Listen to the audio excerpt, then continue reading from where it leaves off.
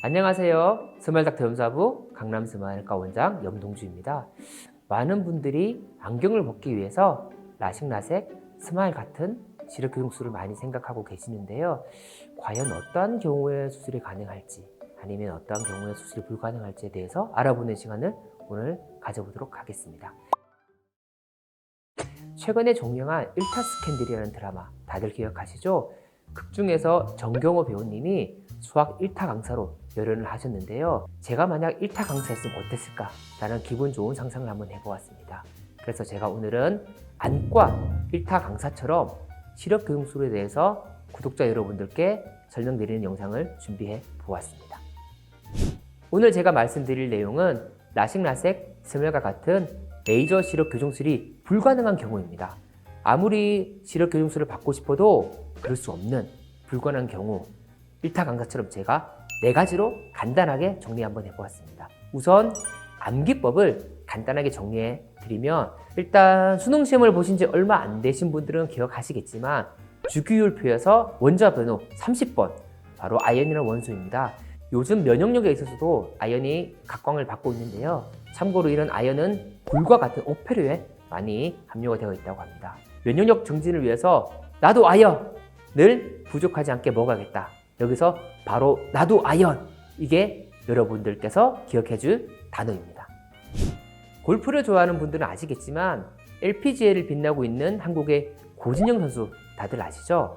우리 고진영 선수가 이렇게 좋은 성적을 거둘 수 있는 이유는 전문가들이 입모아서 말하기를 바로 아연샷이 좋기 때문에 라고 말합니다.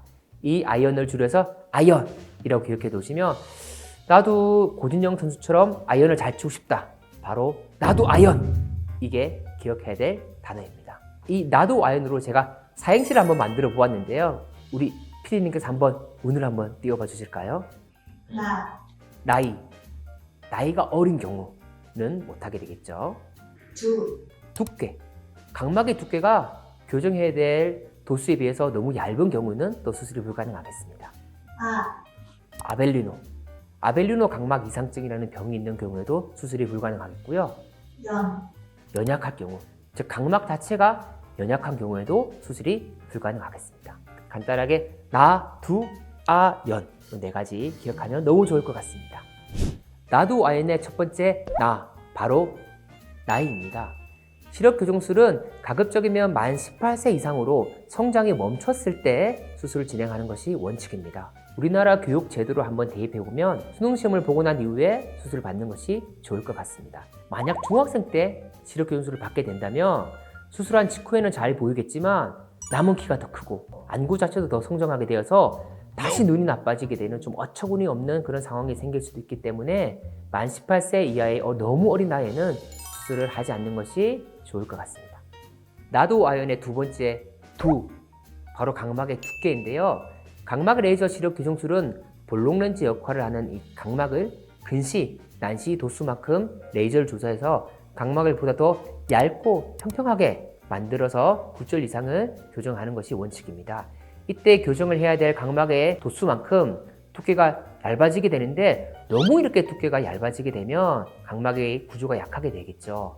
보통 우리 각막의 두께는 500에서 520 마이크로미터, 즉 한 0.5mm 정도 됩니다.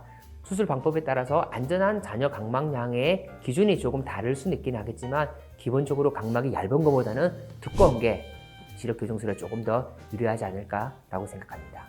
하지만 이런 경우도 있습니다. 각막이 조금 두껍기는 하지만 교정을 해야 될 도수가 너무 높은 경우에는 라식, 라섹, 스마일 같은 수술이 불가능한 경우가 있을 수가 있겠고, 각막이 조금 얇긴 하지만 교정을 해야 될 도수가 높지 않다면 오히려 수술이 가능한 경우도 있습니다.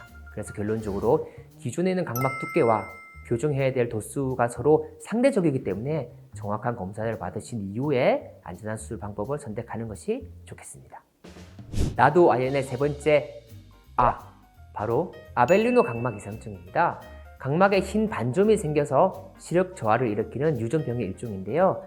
돌연변이 유전자에 의해서 상염색체 우선 유전되는 질환이기 때문에 만약에 가족 누군가가 이 아벨리노 각막 이상증을 진단받게 된다면 가족 전체가 안과 검사를 받아보는 것도 좋겠습니다. 만약 아벨리노 각막 이상증이 있는 상태에서 모르고 수술을 받게 된다면 각막 혼탁으로 인해서 각막의 투명성이 사라질 수도 있기 때문에 수술 전에 반드시 꼼꼼하게 보는 것이 좋겠습니다. 우선 시력교정 검사할 때 우리가 색역등 현미경 검사를 통해서 쉽게 이 아벨리노 각막 이상증을 발견할 수 있습니다. 하지만 혹시 이 발병 자체가 조금 늦게 되는 경우가 있어서 놓치는 경우가 종종 있는데, 간단한 유전자 검사를 통해서 이 아벨리노 각막 이상증을 쉽게 검사를 할 수가 있습니다. 검사 방법은 멸균된 면봉으로 입 안쪽의 구강 상피 쪽에 점막을 긁어서 특수한 용액에 떨어뜨리게 되면 1시간 반 정도 이후에 이 검사 결과를 쉽게 알 수가 있겠습니다. 나도 아연의 마지막 연, 바로 각막이 연약한 경우입니다. 흔한 경우가 미용 렌즈를 너무 오랫동안 사용해서 각막에 상처가 있거나 염증이 있는 경우에는 수술이 불가능한 경우가 있을 거고요.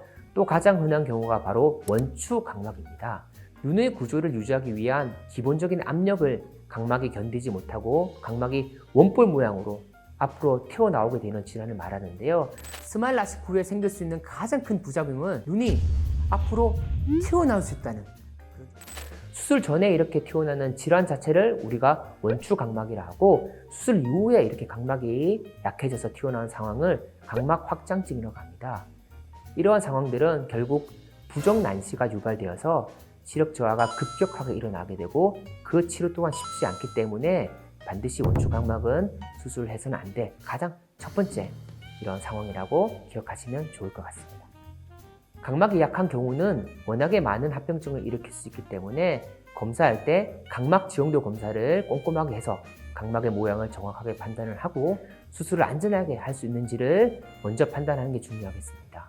수술 중에는 리보플라빈이라는 비타민을 각막 레이저 조사 직후에 각막이 바른 상태에서 자외선을 쬐어서 각막의 구조를 튼튼하게 만드는 각막 강화 시술을 추가로 받으시는 게 좋겠습니다.